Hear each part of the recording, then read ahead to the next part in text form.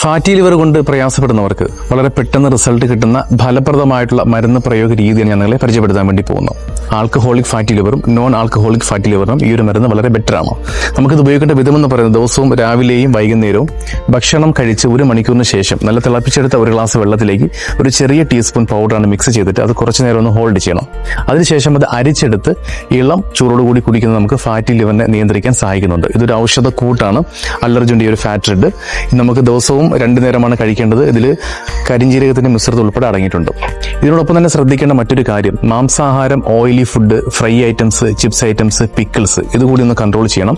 Alcoholic fatty liver ആണെന്നുണ്ടെങ്കിൽ alcoholic ഉൽപ്പന്നങ്ങൾ, അത് മാത്രമല്ല പെപ്സി പോലെയുള്ള സോഫ്റ്റ് ഡ്രിങ്ക്സുകൾ, അങ്ങനെ അതുമായി ബന്ധപ്പെട്ട സോഫ്റ്റ് ഡ്രിങ്ക്സ് ഒക്കെ നമ്മൾ തീർച്ചയായിട്ടും ഒഴിവാക്കണം.